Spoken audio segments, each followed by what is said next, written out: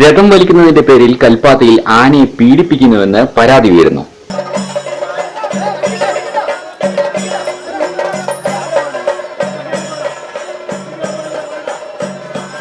കൽപ്പാത്തിയിലെ തേര് തള്ളാൻ ആനയെ ഉപയോഗിക്കുന്നതിനെതിരെ പരാതി ഉയർന്നിരിക്കുകയാണ്. ദേശീയ മൃഗസംരക്ഷണ വകുപ്പിനാണ് പരാതി ലഭിച്ചിരിക്കുന്നത്. ഹെറിറ്റേജ് അനിമൽ ടാസ്ക് എന്ന സംഘടനയ്ക്ക് വേണ്ടി സെക്രട്ടറി വി.കെ. വെങ്കടാചലമാണ് പരാതി കൊടുത്തിരിക്കുന്നത്.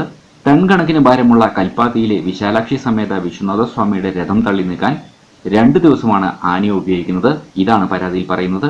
കഴിഞ്ഞ തവണ രഥം തള്ളാൻ 2 ആനകളെ ഉപയോഗിച്ചപ്പോൾ ഇത്തവണ 1 ആനയെ മാത്രമാണ് ഉപയോഗിച്ചിരിക്കുന്നത്. ഈ ആനയെ തുടർച്ചയായി പീഡിപ്പിക്കുകയാണിവിടെ. രഥത്തിന്റെ പ്രധാന ഭാഗത്തിന് 5 ടണ്ണിലേറെ ഭാരം വരുമ്പോൾ മുകൾ ഭാഗത്തേക്ക് 1 ടണ്ണും ഭാരമുണ്ട്.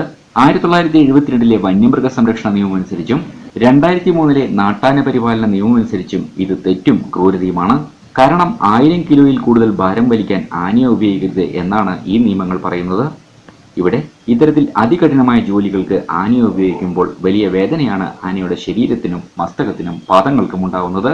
ഇത് ആനയിൽ അപകടകരമായ പ്രത്യാഘാതങ്ങൾ ഉണ്ടാക്കുമെന്നും പരാതിയിൽ ചൂണ്ടിക്കാണിക്കുന്നു. എന്തായാലും രഥം തള്ളുന്ന ആനയ്ക്ക് വേണ്ടി ആദ്യമായാണ് ഒരു സങ്കട ഹർജി കൽപ്പാത്തിയിൽ നിന്നും ഉണ്ടാവുന്നത്.